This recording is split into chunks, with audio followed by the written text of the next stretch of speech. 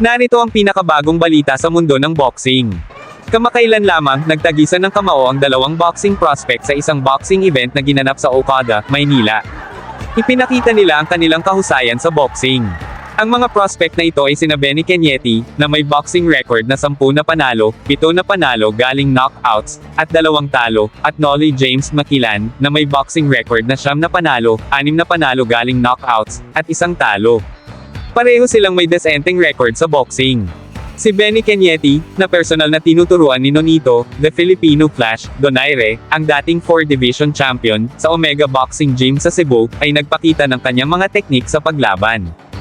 Samantala, si Nolly James Makilan, na kilala rin bilang The Explosive James, ay parang bomba na sumasabog ang mga suntok. Sa kanyang boxing record, makikita na tinalo lamang siya sa kanyang pro debut. Ngunit huwag maliitin ito, dahil pagkatapos ng kanyang unang pagkatalo, sunod-sunod na ang kanyang mga panalo. That's it. That's it. One shot. And to the body. I'm not sure if he's getting up. 6, 7, 8, 9. And that's it. Kaya, ating balikan ang kanilang napagandang laban sa Okada, Maynila.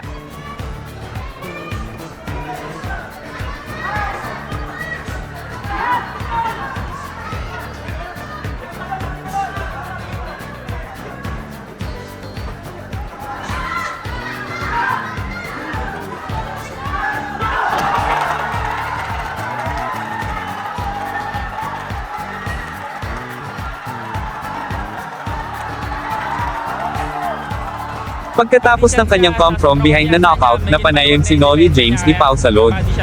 Ikinuwento ni Nolly James ang kanilang estratehiya upang makuha ang bakanteng WBC Asian Continental Bantamweight title. Hindi naman mananatili yung lakas niya eh. Kaya alam kong mapapagod at mapapagod din siya. Totoong napagod din ako siyempre. Hindi lang ako masyadong nagkumpiyansa kaya naging kalmado lang ako. Yun yung naging pagkakataon namin yung sobrang napagod na siya kasi kaya naging malambot na yung body niya. Malugod tayong nagpapabati kay Nolly James Makilan. Mabuhay ang mga Pilipinong mandirigma sa larangan ng santukan.